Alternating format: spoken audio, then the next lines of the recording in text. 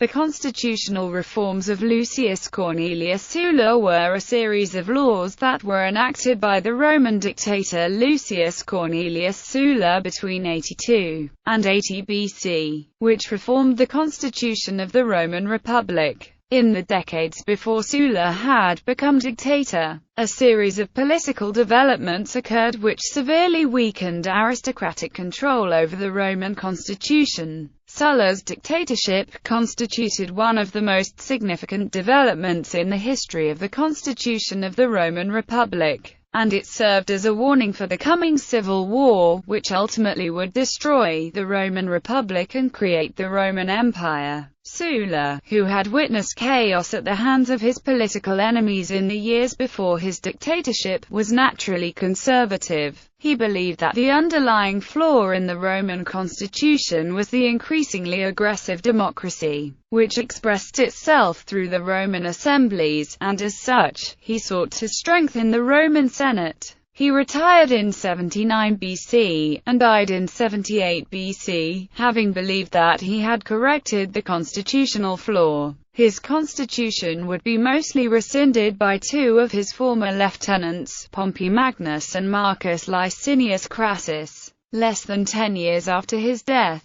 But what he did not realize was that it was he himself who actually had illustrated the underlying flaw in the Roman constitution. That it was the army, and not the Roman Senate, which dictated the fortunes of the state. The precedent he produced would be emulated less than 40 years later by an individual whom he almost had executed, Julius Caesar, and as such, he played a critical early role in the transformation of the Roman Republic into the Roman Empire. Before the Gracchi, by the middle of the 2nd century BC, the plebeians saw a worsening economic situation. The long military campaigns, in particular those of the Punic Wars, had forced citizens to leave their farms, which often caused those farms to fall into a state of disrepair. This situation was made worse during the Second Punic War, when Hannibal fought the Romans throughout Italy, and the Romans adopted a strategy of attrition and guerrilla warfare in response. When the soldiers returned from the battlefield, they often had to sell their farms to pay their debts, and the landed aristocracy quickly bought these farms at discounted prices.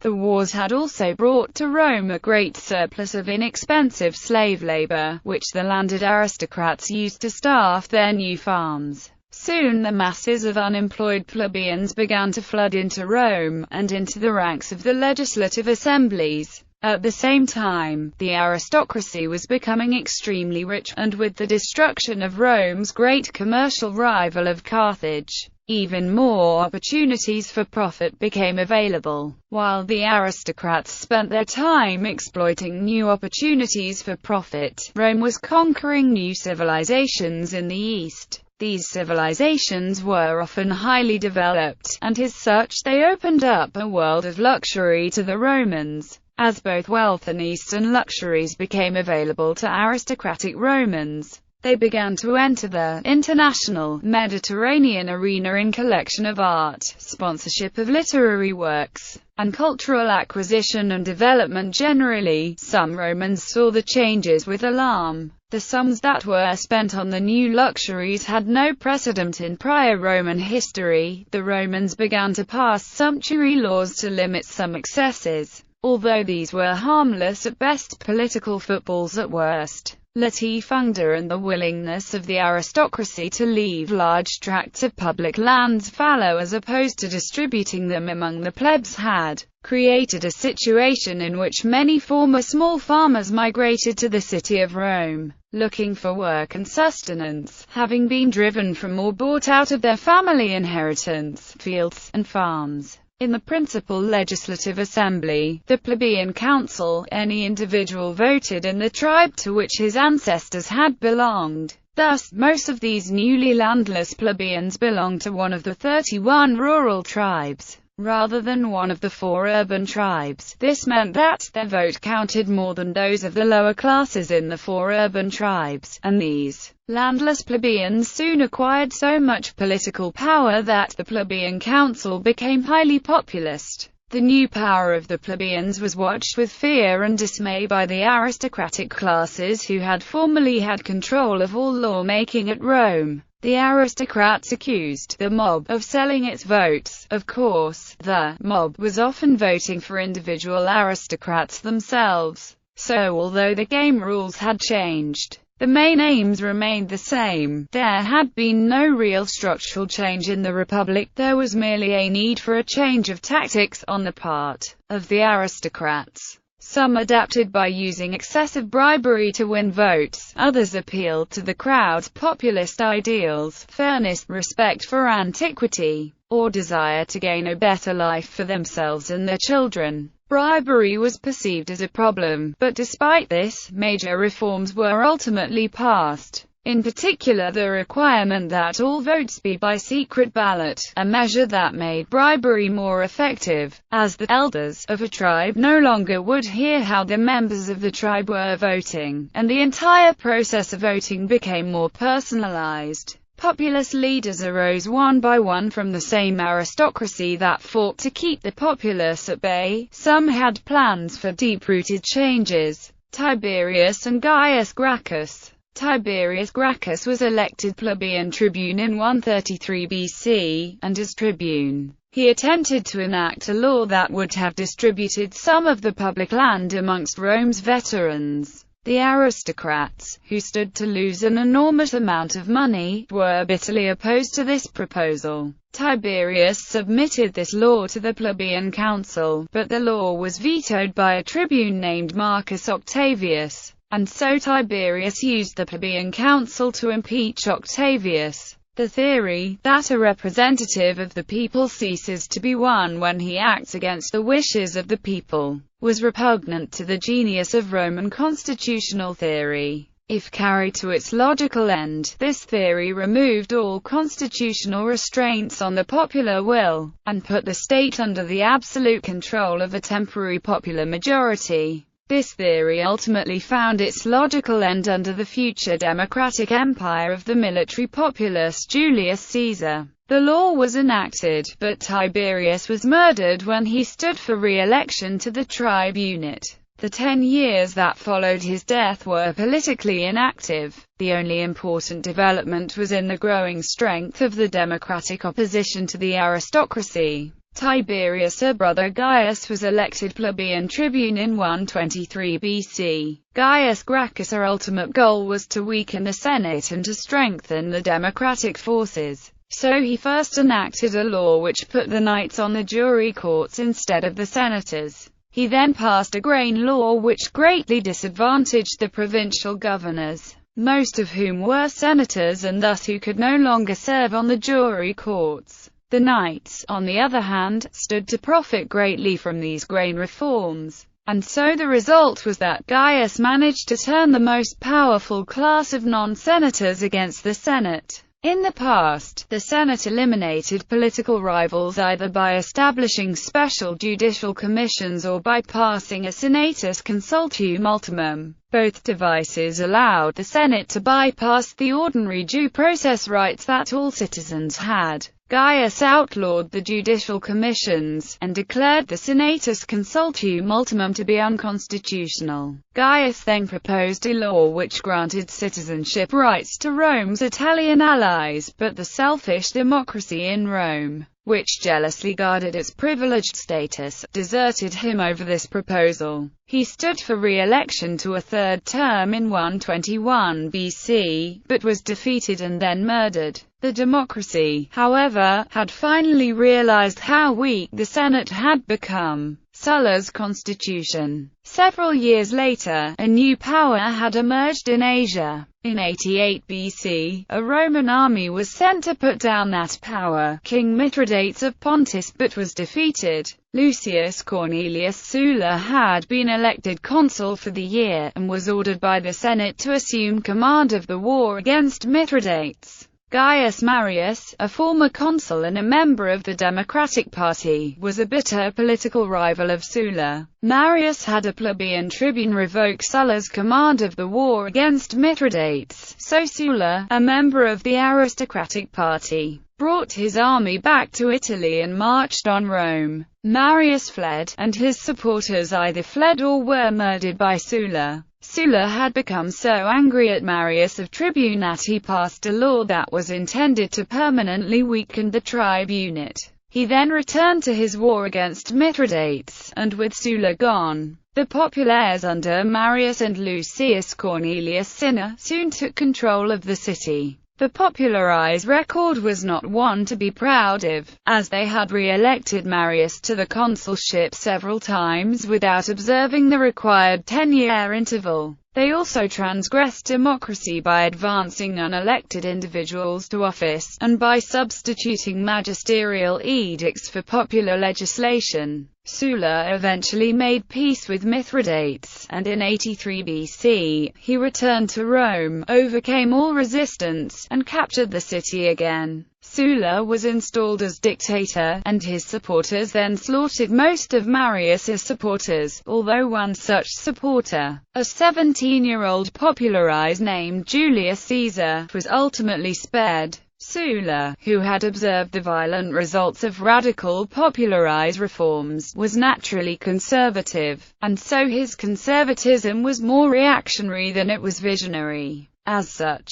he sought to strengthen the aristocracy, and thus the Senate. Sulla retained his earlier reforms, which required Senate approval before any bill could be submitted to the plebeian council, and which had also restored the older, more aristocratic, Servian organization to the century assembly. Up until the 3rd century BC, the plebeian council was legally required to obtain senatorial authorization before enacting any law, while the century assembly had been organized in such an aristocratic manner as to have denied the lower classes any political power. The reforms which had altered these two processes had marked the end to the conflict of the orders, during which time the plebeians had sought political equality with the aristocratic patrician class. Sulla, himself a patrician and thus ineligible for election to the office of plebeian tribune, thoroughly disliked the office. Some of his dislike may have been acquired when Marius a tribune had revoked Sulla's authorization to command the war against Mithridates.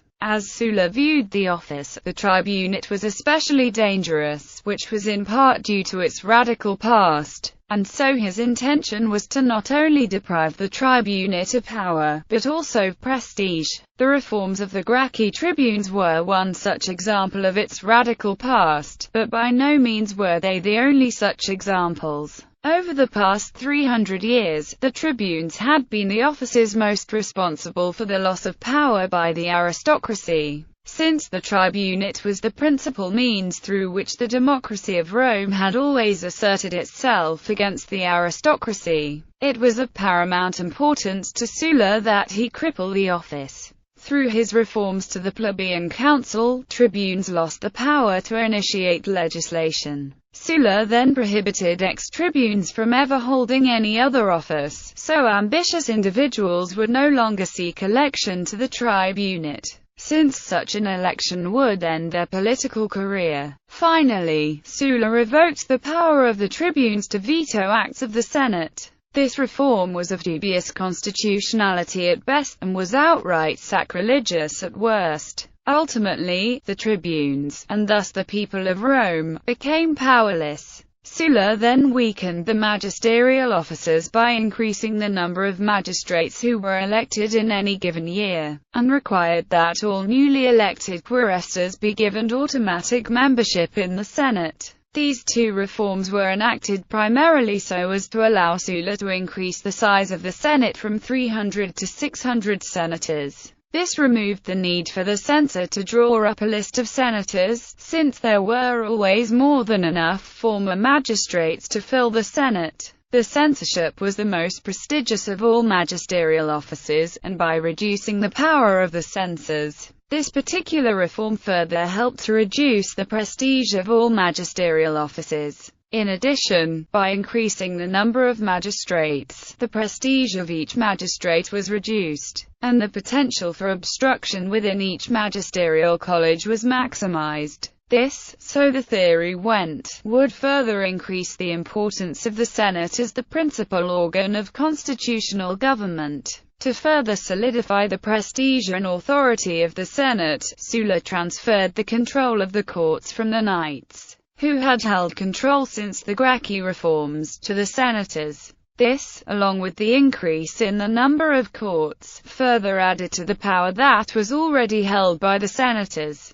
He also codified, and thus established definitively, the cursus honorum, which required an individual to reach a certain age and level of experience before running for any particular office. In this past, the cursus honorum had been observed through precedent, but had never actually been codified. By requiring senators to be more experienced than they had been in the past, he hoped to add to the prestige, and thus the authority, of the Senate. Sulla also wanted to reduce the risk that a future general might attempt to seize power, as he himself had done. To reduce this risk, he reaffirmed the requirement that any individual wait for 10 years before being re-elected to any office. Sulla then established a system where all consuls and praetors served in Rome during their year in office, and then commanded a provincial army as a governor for the year after they left office. The number of praetors were increased, so that there would be enough magistrates for each province under this system. These two reforms were meant to ensure that no governor would be able to command the same army for an extended period of time, so as to minimize the threat that another general might attempt to march on Rome. The fate of Sulla's constitution. Sulla resigned his dictatorship in 80 BC, was elected consul one last time, and died in 78 BC. While he thought that he had firmly established aristocratic rule, his own career had illustrated the fatal weaknesses in the constitution. Ultimately, it was the army, and not the Senate, which dictated the fortunes of the state. In 77 BC, the Senate sent one of Sulla's former lieutenants, Gnaeus Pompey Magnus, to put down an uprising in Spain. By 71 BC, Pompey returned to Rome after having completed his mission, and around the same time, another of Sulla's former lieutenants, Marcus Licinius Crassus, had just put down a slave revolt in Italy. Upon their return, Pompey and Crassus found the Popular Party fiercely attacking Sulla's constitution, and so they attempted to forge an agreement with the Popular Party. If both Pompey and Crassus were elected consul in 70 BC, they would dismantle the more obnoxious components of Sulla's constitution. The promise of both Pompey and Crassus, aided by the presence of both of their armies outside of the gates of Rome, helped to persuade the populares to elect the two to the consulship.